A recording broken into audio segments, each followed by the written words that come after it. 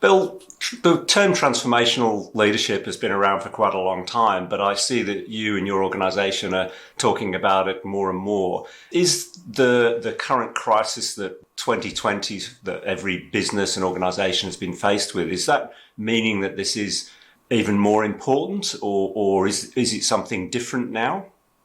We certainly think it's more important than ever. We've never faced a crisis like this in our lifetime, and it's had quite an effect, as everybody knows, on our organizations. And some have responded and others have not. And we believe that the difference in that has something to do with leadership, at least in many of the cases. Some organizations have been well positioned throughout this pandemic and are benefiting from it and didn't require transformational leadership in order to succeed, whereas others were really challenged by this pandemic. And for them, leadership might have made a huge difference in what's happened. Is there, though, an aha moment where those companies that didn't need transformation, as you say, to suddenly needing that? At what point do they awaken to that? Have you got any examples? A number of organizations had to take a cut in employment and in other expenses immediately following the effect of the pandemic on their business. And so for many, they thought this will get us through the next 3 months or the next 6 months. We'll run a more efficient operation. We'll be able to operate with less cash and we'll get through this. Only to find that the pandemic was not going to be of short-term duration. And at that point, they were faced with a choice. Either we try to cut even more if we can, if we haven't cut everything we already could, or we have to rethink our business and imagine how we're going to get through this with not doing what we've done historically. And that hits different organizations at different times, depending upon their financial reserves that they entered this situation with. But for most, it's a wake-up call that our business may not have been performing particularly well prior to the pandemic. And the pandemic certainly exposed many things that were wrong with the business to begin with that need to be fixed. And now we have less resources and less time to take steps to do that. The crisis is felt in a tightening of financial resources that could hinder any options that you have left to recover from this. And I think that's when the sobering moment occurs, is when you start to realize if we don't act right now, we're not going to be able to respond. Is this not, though, a failing in leadership? And, as a leader myself, I'm not putting myself above this, but is this not a failing in our psychology as leaders, that it takes a crisis for us to respond to something that you were saying was perhaps a need even before the crisis? It is a problem that many leaders face because the prevailing tendency is to continue to do what you've always done as long as it's working. Why would you change? We know that's a philosophy that many leaders operate with. However, I think that not adopting transformational leadership that we're discussing is deciding that you're not going to wear a mask during a pandemic. It's not responsible. And why do I say that? Why do I say that not adopting transformational leadership is not responsible? It's because we have research that has been done, as you pointed out, over years and many different kinds of organizations and many leaders that shows that transformational leadership produces better business results than the kind of leadership that we call laissez-faire or hands-off or just let things go the way they've been going. And of course, no leader would describe themselves as laissez-faire. They all are working on strategies that they hope that someday their organization will adopt. But if you examine those strategies, they're incremental. They're not transformational. They don't change the organization in fundamental ways that it needs to be changed. And other than the pandemic, another example of that many organizations have been facing and will continue to face is that they haven't moved towards digital fast enough. And their leaders, on the one hand, recognize that. We know we're going to be more digital in the future. We just haven't quite gotten around to making a decision or a choice or a strategy about what exactly that will entail. We'd rather just continue to think about that a bit longer without ever really making a choice about what is our digital future and how are we going to get there. And often, unfortunately, it does take a change in leadership or an outside force of some kind to really ignite transformational leadership in an organization. I'd love to dive into that in some more detail. But first, can you, in your words, define transformational leadership? It's a nice term, but what does it really mean? Yeah, the classic definition by Bernie Bass, following on the work of James McGregor, was the classic 4 I's that are used to describe transformational leadership, that it's inspirationally motivating. So there's a vision there that compels people to act. It's idealized influence. The leader has charisma. People are following the leader because the leader is intelligent and persuasive and attractive and seems to have good ideas that are worth following. There's intellectual stimulation, which means that the leader is reaching people who have brains and can think about things deeply and critically. And the leader seems to be asking of them the same. Can you think along with me what it is that we should do to respond to this opportunity or this crisis that we're facing? And the 4th I is individualized consideration. The leader actually pays attention, notices the people around him or her, and treats them as the individuals they are, invites them to be the people they are and to contribute what they're capable of contributing. And with those 4 conditions in place, the research would suggest that we get improved innovation, we get improved performance, we get improved employee retention, many things that we care about in a business environment. Now, Bernie Bass's 4 I's are chosen by him. There's nothing in the universe that says there can't be a 5th I or a 6th I if we later discover that it should be included. But the fact is that those 4 I's have been thoroughly researched. And I understand that there are many leaders who don't know about that research or aren't interested in the fact that there's an entire branch of science that's devoted to psychology in organizations where these kinds of things get studied by people who are good at doing research. And we at the Center for Creative Leadership are a part of that community. We do a lot of research and have for 50 years. And so we know what we're talking about. We understand what good leadership is all about, and transformational leadership is good leadership, defined by those 4 characteristics, or just more broadly as people who see an opportunity to seize change and act upon it, as opposed to watching it pass by and feeling more comfortable sitting with the status quo. That's interesting. And I suppose as an organisation that does a lot of research in this field and a lot of training from your years of experience, and I'm going to put you on the spot here, what percentage of leaders can learn this as opposed to those who can't learn it? We've always believed that leadership is something that can be learned and developed in individuals, that there's no trait theory of leadership which has withstood the test of time and research. In other words, that there's something about your personality or something about you as an individual, your height or your sex or anything else that determines whether or not you get to be a good leader. It's effort, it's willingness to learn. And more importantly today than ever, it's agility. It's the willingness to be flexible and to rethink things and to take on the new. And that's not programmed into us, although some personalities are more inclined to do that than others. But any personality that we've studied can respond to development opportunities if they choose to do so. There's no restraint on your ability to develop as a leader. However, we also have studied thousands of leaders for a long time, and we know that most leaders don't develop to their full potential. They get to a level where they're satisfied with their progress in their careers. They're feeling very good about what they've accomplished, and they start to relax, to sit back, to say, I've accomplished what I need to accomplish. I'm proud of myself.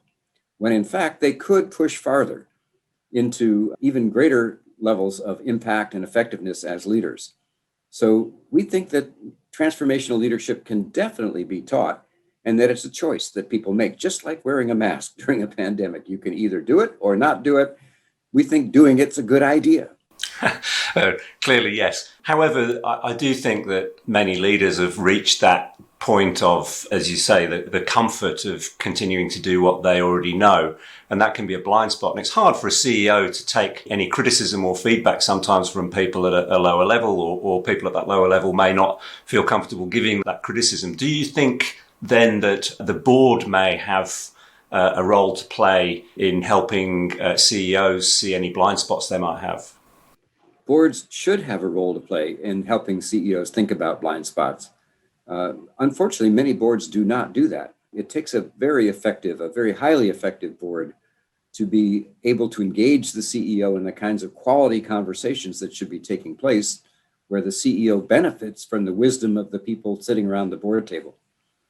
It's a very interesting dance that occurs in many organizations between the CEO and the board, with the CEO wanting to tell the board exactly what they need to know and not more than that, and the board seeing its responsibility to understand what the CEO is doing, but not to meddle in the business, because that's the CEO's responsibility. The CEO's job is at the will of the board, so the board can remove the CEO if they feel that the CEO isn't performing up to their standards. But as long as the person is a CEO, they don't want to be intervening or being critical or telling them how they have to lead as a leader in order to meet their standards. There can be discussion about that, but the dance between the two entities doesn't always work the way that ideally it would, which is that the CEO would openly embrace advice and input from board members, and that the board members would feel free to offer that and see the CEO learn and put it to use when it's appropriate. There are good boards and bad boards and lots of boards in between. There are good CEOs and bad CEOs and lots in between. And so it doesn't always work the way that the system was conceived or should work. And that's unfortunate, but it takes people on both sides being willing to find a new level of relationship between them in order to get to the point where the board and the CEO are really working together in a transformational way.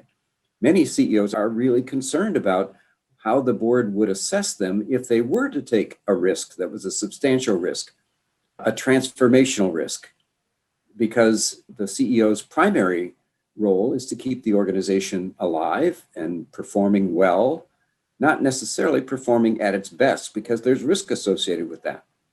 And so sometimes CEOs can get pushback from their board for being transformational. Why are you trying to do that? I was working with a CEO I was working with him because he was planning his succession. What he didn't realize is he was too transformational in his strategy, and his succession was going to occur a lot earlier than he expected it to, because the board said that strategy is simply too risky. We're going to find a CEO who makes us more comfortable. And I believed his strategy was absolutely spot on in terms of how he perceived the changes that were going to happen in his industry and what he was doing to respond to those. I saw in a previous conversation we had, you showed me a slide where you categorized companies and how they were responding and how they were faring through the current crisis. And there were companies who were in real trouble. There were companies that were thriving because of the crisis. And then in the middle, there seemed to be companies who had adapted, but some of them had adapted and were doing quite well, and some of them were too slow to adapt and were suffering. So these companies in the middle could go either way. So I suppose at the one end, you've got tech companies like Zoom we're using today. No matter what happens, they're going to do well. They'd really have to mess it up to not do well. And then for airlines, no matter what they do, that's going to be tough. But for everybody else in the middle, they can move towards either of those extremes, depending on leadership behavior. So from your experience, can you take a guess and say what percentage of organizations will fail because their leadership is not acting fast enough to adapt to the current crisis? That's a great question, Mark. I wish I could put a percentage figure on it. I don't have the scope to be able to do that, but I do know that there are companies that have equal opportunity to succeed, and leadership makes the difference between whether they will or not. And if you just think about history a little bit, and you look at what's happened in the retail industry, for example, and how Amazon and Target and other retailers have been able to thrive during this period, whereas JCPenney went out of business bankrupt, Sears went out of business bankrupt, Kmart never made it. These are organizations that all started with an equal opportunity to be successful. And the only way you can really explain what happened to them, the class that was successful versus those that weren't, is that leadership made choices about the strategy and the future of those organizations and how they were going to compete. And yes, you could say there was a lot of investment in brick and mortar in Sears or Penny's that they couldn't easily liquidate. And somebody who was starting fresh, like an Amazon in the retail business, didn't have that as a liability that got in the way of their growth. But even among retailers who had brick and mortar facilities, contrast Walmart to Kmart. What happened? Why didn't Walmart die? Because it had stores all over the world. And part of the answer, in addition to their brand and their performance and their superior leadership in many aspects, was that they also invested heavily in Jet as an online business and are going to grow that and use that to supplement profit in the future. So they're thinking about how the industry is changing and responding to it. And there are other examples of that too, in terms of organizations that have really taken on the future and changed it with transformational leadership, like Microsoft. Since Satya Nadella has been there, getting into the hardware business was his first step, and then continuing to get into learning with Linda and other acquisitions. Microsoft is not the same company that it once was. Massive change. Think about IBM. It stagnated after Gerstner decided that services was the way to go, not hardware. And then it seemed to lose its way until very recently when it acquired Red Hat, which Jim Whitehouse is a dynamite executive. If you read his book about how he leads, it's an incredible story. But also Arvind Krishna, the new CEO, has said it's going to be about the cloud, that IBM is going to compete in the cloud, which happens to be where Amazon is making all of its money. It's not making it from retail, it's making it from its cloud services. So IBM is going to change as an organization. And at the same time, you can compare that to HP and say, what's going on? Not much over on the HP side. So these are companies that have opportunities that are roughly equal, and some are jumping on the train to the future and others are staying at the station. Well, if we can just go into a bit more detail on that, where if you think with all of those organizations that failed, they set a strategy that the CEO believed in, that the board supported. They went down that path and it failed. Others, probably in the middle of it, felt the same, and some succeeded and some didn't. So how does a board, how do other executives, how do investors know if a leader is driving a transformation well or driving that company towards failure? It's easy with history and retrospect to know, but at the time, in the middle of it, it's different. In the middle of it, it's impossible to know that you're doing the wrong thing. If you read the newspapers and even the analyst reports on the Chrysler-Mercedes merger at the time, you would have thought this can only succeed. The Daimler-Chrysler thing can only work well because everybody who knew anything about the auto industry was saying this is a marriage made in heaven. It's got to work fantastically for both sides. And of course, it didn't in retrospect. So there are some things that are awfully hard to know in advance about how things are going to play out, although it seems that in that case, people overlooked cultural differences that were going to be rather important to how the operation would work as a joint entity. So going again, in retrospect, you say, why didn't they look into that? At the time, they were like everybody else, believing that they could overcome the challenges. And that's the issue with strategies, is that we make strategies in the hope that they will overcome the challenge, even though perhaps in the back of our minds, we're questioning that. We're asking, can we really save JCPenney's by simply closing some stores? Because that's the strategy. You know, if we reduce the footprint and stay with our most profitable properties, ultimately we'll work our way out of this. And we'll think of something else in the meantime. But that's our strategy for now. And if that's what you're telling yourself, then you're not likely to be thinking out of the box about what else you might want to take on. We don't see the airlines thinking out of the box. We don't see the aircraft manufacturers thinking out of the box. We see people being immobilized by the investment in the past. And this has been the story of many organizations, as you know, the work on discontinuous change and trying to overcome this allegiance to the past is something that's filled up MBA courses for many years. And Clayton Christensen was the god of thinking about the innovator's dilemma and how the companies that are going to revolutionize the industry are the ones who are thinking differently, probably smaller, probably not as successful at the moment, but already thinking about how can we win and how can we win in ways that the big guys are not going to win in the future and eventually becoming the big guys. So we know that's a pattern. There's a book by Robert Keegan and Leahy that is called Immunity to Change. And in that book, they talk about why it is that we stay committed to patterns of behavior that are not going to help us to be successful in the future, but we stick with them anyway. And the argument they make, which I accept, is that there's something that people are holding on to that's more important than the success that they could achieve. That the fear of losing something or risking something or having to confront something is greater than the risk associated with actually changing. And so we stay trapped in our safety, in our desire to keep ourselves safe, whatever that means to us. It's different for different people. But I think that we've known about transformational leadership and the idea that we should lead this way since the earliest studies in 1948, and then the McGregor Classic with Theory X and Y in 1960, and 14 million articles on Google, if you do a search, references to transformational leadership. We think we know that transformation is probably a good idea at the appropriate time and under the appropriate circumstances. The only trick is, how do you know when that is? It's always interesting to me that the people who buy organizations, who acquire them, seem to know what that is, or a new leadership team seem to know what that is. It's, again, that immunity to change. As long as we can hang on a little bit longer, we'll work through this, we'll figure something out, we'll survive. That keeps us in place.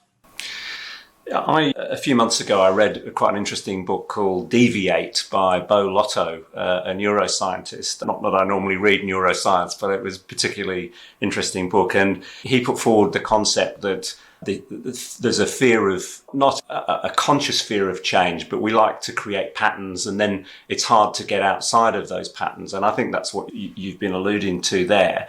But if that's subconscious, how does an executive watching this saying, yeah, I need to do something different, how do they actually break that pattern and get started? What do they do on Monday?